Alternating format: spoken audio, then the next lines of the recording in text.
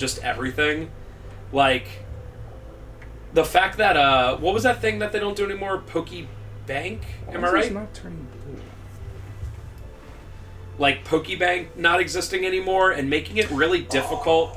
Making it really difficult to transfer your Pokemon from one game to the other is like, what were they thinking? Like, literally. Like, the whole... I know people do Pokemon for different reasons. My reason for doing it would be gotta catch them all. It would be, I want to complete the Pokédex. I mean, I think it's half Game Freak being weird about stuff, and then also half Nintendo making it your life very difficult. Like, if you wanted to transfer your GBA Pokemon to the DS games, you had to do this thing called PAL parking, where you had to literally insert your cartridge into the bottom of the DS, and then you had to export 6 of them at a time that you had to catch manually. It was such a tedious chore. But that's like half Nintendo's problem for not making GBA and DS games work together more elegantly, and then also Game Freak's fault for inventing PAL Park and how awful it is in the first place. It just sucks that, I mean, you definitely cannot catch them all anymore. Like, there's like, what, 800-900 Pokemon nowadays? There's over 1,000 now. So if I got Violet and Scarlet, I could not get anywhere near the 1,000, right? Like, I can't imagine. No. But the thing that Dexit guys will not mention conveniently is that the newer Pokemon games have the biggest regional dex of any game by a lot nowadays. What does that mean? It means, like, the amount of Pokemon that you can actually catch in the region of the Pokemon. Okay. So they always... I think, like, after Gen 3 is when they started separating regional and national decks, I think. And... Oh, I see. So, like, the game itself will just show the regional deck? Yeah. The regional decks? Okay. And, like, for example, like, Gen 4 Diamond and Pearl kind of infamously have, like, a really terrible regional dex of only 151 Pokemon. And to get the other 300-odd ones, you have to just import them from other games. Okay. But at the same time, at least they exist in the game files. It's not like the disaster that it is nowadays, where it's like you hook up Pokemon Scarlet to Pokemon Bank with your 1,000 completed Pokédex thing, and it's like, you can't transfer half of these into the game. It's like there's big X on the Pokemon. That's brutal. I do want to say one other thing about Pokemon. I'm sorry for anyone that this offends, but people whose favorite Pokemon is Gengar are always weird. Every single time, in any situation ever. I don't know why. Spencer's talking about the slobs from... No, there's other people I've seen too before. Yeah, but he is definitely the poster child. He's the poster child for it. It's just this guy who is, like, immensely obese. Krusty Justy. There's nothing wrong with being fat, but when you're, like, very obese, and he's sitting on the ground within, like, his weird man-child closet of 1,000 Gengar plushies, and all, like, different ones. So he has, like, every single one. Right. And it's just very off-putting. It is weird, and I've seen other ones too before. It's weird. Which, by the way, all right, I'm gonna pick my favorite Pokemon right now. Do you have a favorite one? Like out of everyone? I don't know. What's your favorite Pokemon? All right. Oh boy. You know, the first thing that comes to my mind, it's not Gen 1, it's Gen 2. Because it's just hilarious to me, is Sudowoodo. You can only... I think you can only fight it once, right? Like, it's like literally a tree. Yeah, it, like, pretends to be a tree.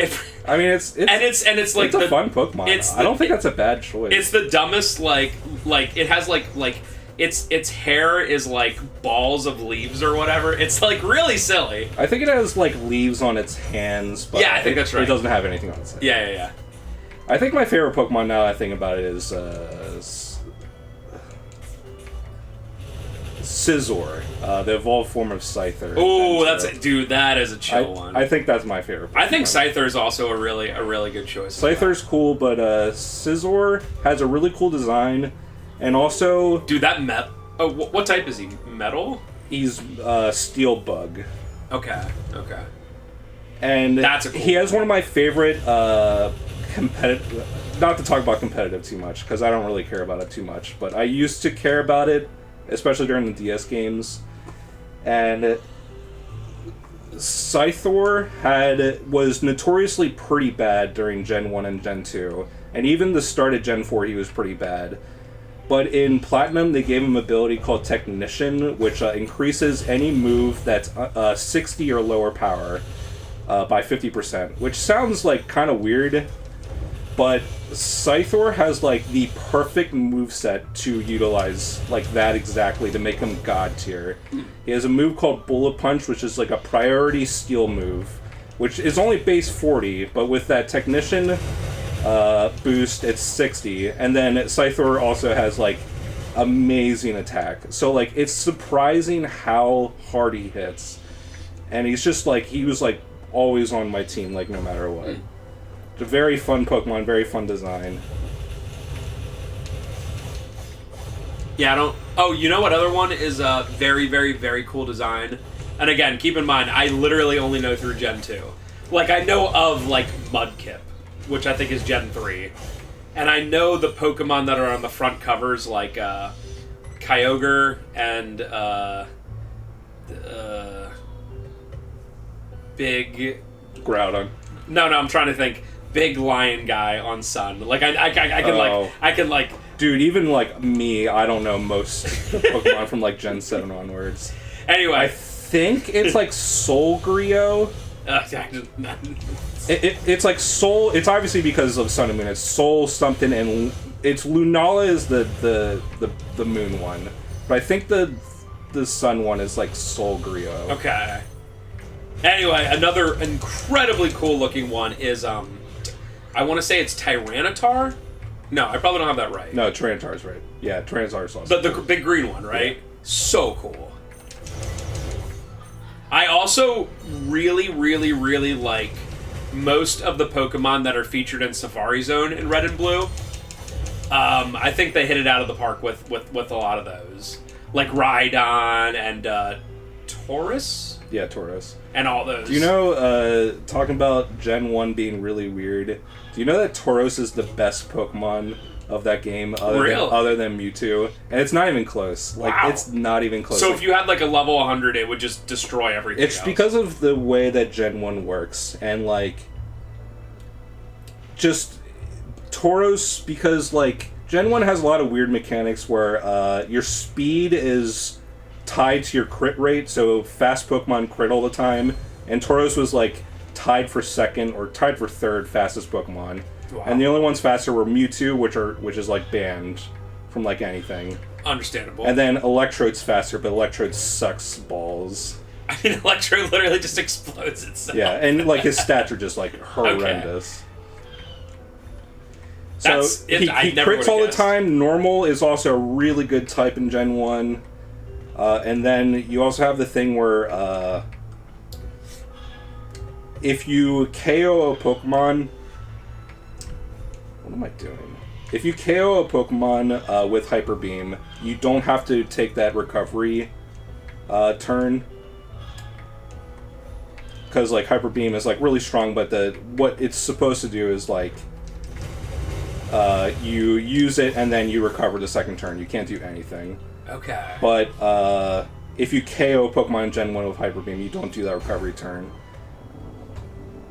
And also, all normal moves go off your attack stat in Gen 1 through 3. So, like, it's like a completely, like, ridiculously strong downside attack off the, like, tied third fastest Pokemon in the game that's going to crit 1/4 of the time. And also, like, Tauros gets, like, weird god-tier moves like Blizzard, too, before Blizzard got nerfed. Huh. It's just, like, everything about him. He just has everything that makes Gen 1 broken. Is there any Pokemon in the first 2 gens, because that's all I know, that you think would be good and is actually, like, but? Like, any sort of, like, if it's, like I think the one I just said was, like, Scythor, is really bad. Especially in Gen 2. Okay. That makes sense. It's just like weird stuff like he has a really high attack stat, but like bug moves like barely exist. I think he literally had to run like Hidden Power Bug. Okay. Am I correct that in the first episode of the Pokemon show, that literally at the end they see How-Wow or Ho-Oh for like a second? Ho-Oh is in the first episode. That's like the first insane. 5 seconds. Do they ever actually see Ho-Oh in the I would assume so. show I don't know anything 20 about years anime, later. Alright, so I didn't complete everything in this map, but I don't care. We're at the throne room, so we're gonna finish this game. Let's go! I don't need anything to finish it. I'm just gonna... Do they even show you a percentage or whatever? No. Yeah. I think there's an achievement for getting all the relics and all this stuff, but I already did it, so who cares? I do know a couple years ago that Ash, like, retired or whatever. Yeah, he won the Grand Championship at the end of Gen 7, and then he retired after that. I mean, that's fair. Honestly, I think Pokemon should have retired Ash at the end of, like, Season 1. They should have been, like, a new protagonist each, like... Like, they do with Digimon, right? Yeah. I'm pretty sure they do that with Digimon. Yo, I was watching a couple months ago. I watched, like, 5-10 episodes of the first season of Digimon. It's a little jank, but it is Kino. Like, that and the first season of Yu-Gi-Oh! I don't know much about Yu-Gi-Oh! But that first season with Joey Wheeler and Seto Kaiba, and that, I know he's a small character, but that America guy, the guy who has the sunglasses and the big America bandana and everything, that, I love when Japan's like, how do American Pigu act? And then they just do a blonde guy who's obnoxious with sunglasses and American bandana. He's like, "Hey, kid," and I'm like, "Yeah, that is kind of honestly right." So, you guys got it. All right, let's do this. Let's finish this game.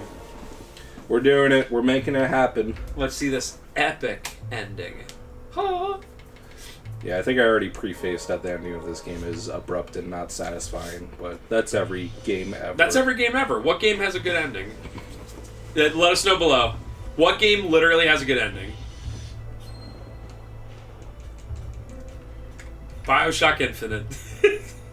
Metal Gear Solid 4. All the worst ones.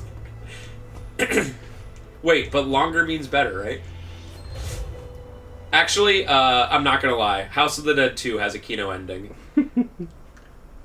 Goldman throwing himself off of the thing and sacrificing himself. Kino. So to fight the true version of Gilroy, where he stops holding back, I guess, you have to get that bracelet from Lilia in the Land of Origin and then equip it, and then come into here. It's not even worth showing his weak form. Okay.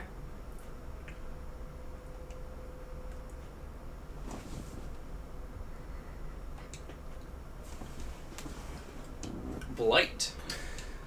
It's an interesting idea of what's going on. There's a big parasol saving the city from the Rain of Death, which is going to turn everyone into a blighted, like, unthinking monster.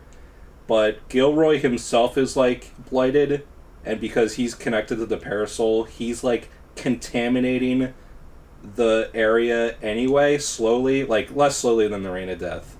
But because he's so, like, far gone, with no replacement, him maintaining the only barrier they have against this horrendous thing is also, like, killing them.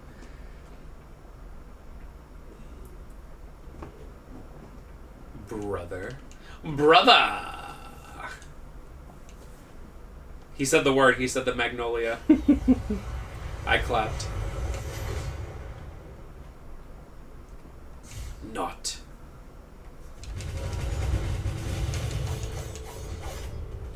How obvious is it if you didn't, like, know or look it up? How obvious is it that you would have to have that item and have it equipped? I don't even remember what the bad ending is, but it's, like, even less satisfying. No, but I mean, like, would you figure it out naturally? I mean, I did. I don't know. Okay. I didn't know if it was something that was, like, absolutely ridiculous to But it's figure probably because I played the first game, and, like, that game has 3 endings. The one I talked about before is, like, the leave ending, where you just don't even do 60% of the game. And then after that, you're like on your toes being like, what do they have hidden in this game? That's fair. And I mean, I wouldn't expect it any other way. You know, if you do more stuff, you should get the better endings and such. And also, I think when they finish it, they do like a near automata thing where they hide like an uppercase A in the ending text to denote it as the A ending, and they do it for the B ending too. As like right out of near. Yeah. Alright, so this is the only hard part about this fight, but these pillars of darkness are like in the way, and like just it's so awkward getting away from. Oh god.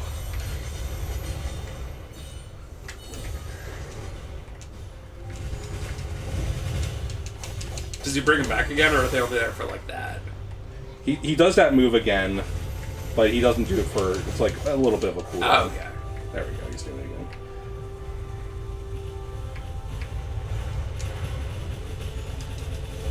Just die, dude. Thank you.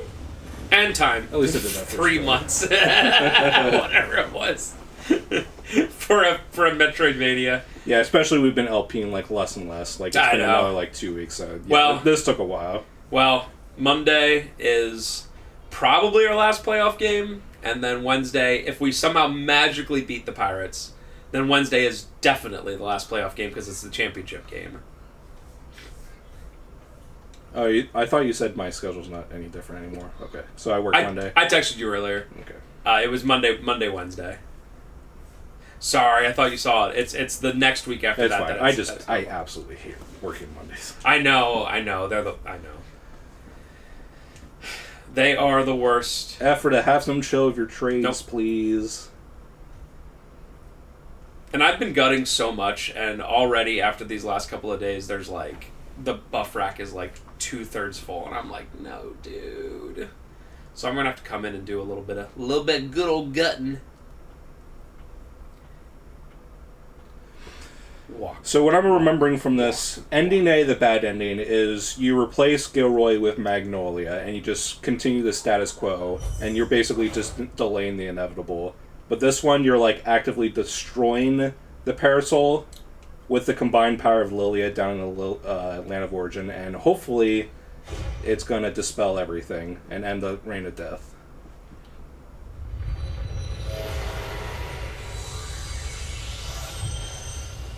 The graphs.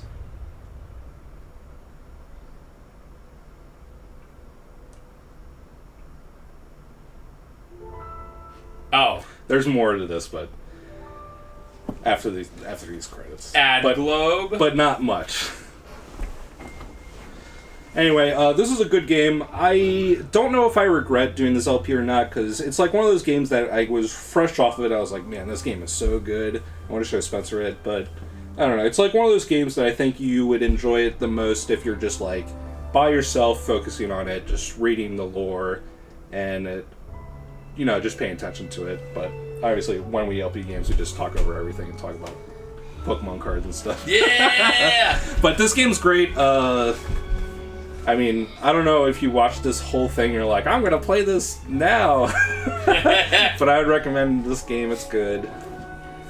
It definitely seems. Yeah, I mean, I'm definitely a big advocate for like indie games that aren't like made by like one guy. Like, you know, this is like a team of like, you know, probably like 50 guys. I like games like this where it feels like there's a production value and they're like fairly long and they have like a really like consistent design to them. Probably my favorite type of games made nowadays, because AAA is just a dumpster fire nowadays. I mean, there's certain games that are super fun to watch, and there's certain games that are way more fun to play, and it's like harder to watch. And I think Metroidvanias are much better to play than to watch. Yeah, and I could have been like, Spencer, read all of the lore. It's like, I could have done that, but whatever. People can read it if they want. I just enjoy the different settings and whatever. Well, I don't know. It's like yeah, and this game being like hard as balls. Like even with my I died like twice on this sit down alone because like literally enemies do like 2/3 of your health on one hit. I mean, as an example, horror games I would argue are like equally as fun to watch as they are to play. In fact, sometimes it's more fun to watch than to play. I was about to say, it's way more fun to watch them because they're usually garbage to play. Right. But so it's fun to not have to like actually, go through it. Whereas something like Metroidvanias are much more like the whole thing is to like explore and to find the stuff and whatever. So if you're not the one doing it, it makes it a little like just a little different. And talking about LP games and how fun they are to watch, I think I have a good one next time. I'm doing a bucket list game. Finally doing it. It was a game that I was like, I thought about it so long and hard, being like, how am I going to do this and make it interesting? And yeah, we'll get to it next week. That's right, folks. Samurai Legend Musashi. That game is boring to play and boring to watch. That's right, folks. Painful. He's starting at level 1 on World of Warcraft. Welcome to part 4. Oh, so, like, sometimes when I walk to the back and Noah's back there, he's watching this Minecraft... I don't know if you noticed. He's watching this Minecraft Let's Play that is literally, like, part, 168 or something like that. And they're not just, 10-minute videos. It's, 30, 45-minute, hour videos. It's like, welcome back to Minecraft part 168. And I'm like, no, how? Gosh dang it, dude. I mean, I hope he just does it at work. Oh, yeah, I'm certain. Yeah, to be fair, when I'm at work before or after closing, I just have random videos playing, and sometimes it's long-form stuff and whatever, so obviously. But I was just like, oh my god. And I was like, does that say, part 147 or whatever the heck it was? I was like, what? How long has this been going? When I'm at work, I watch a LP channel, but it's mostly because it's good background noise. I put a earbud in my right ear. And it's just nice to pass the time. No, I definitely get it. I love the idea of that. What if I think the longest we've ever had is the FF7 run, where it was maybe 30 parts, 40 parts. Just imagine. That and Rebirth is also really Rebirth long. was yeah. Just imagine us doing it. Welcome back. We're playing World of Warcraft, part 96. Be like, oh my god. All right, here we go. Everything is safe. It looks nice. I'll say that about the ending.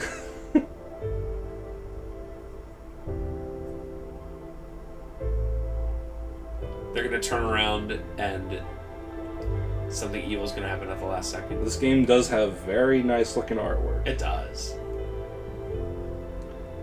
That's a good, I'll have to remember to screen cap that for the thumbnail. This is where it begins. No, this one. With the anime girl. Ah.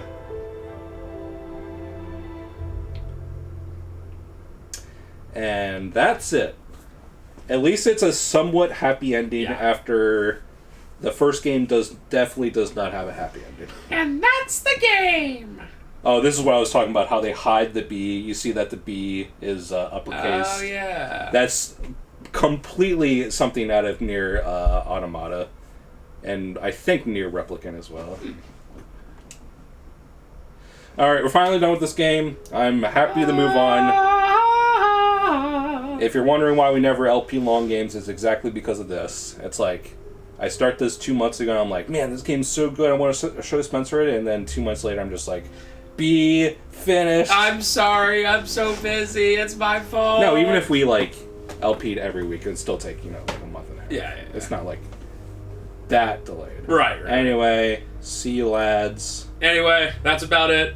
See ya. Oh, crap, I wasn't recording. I'm just kidding.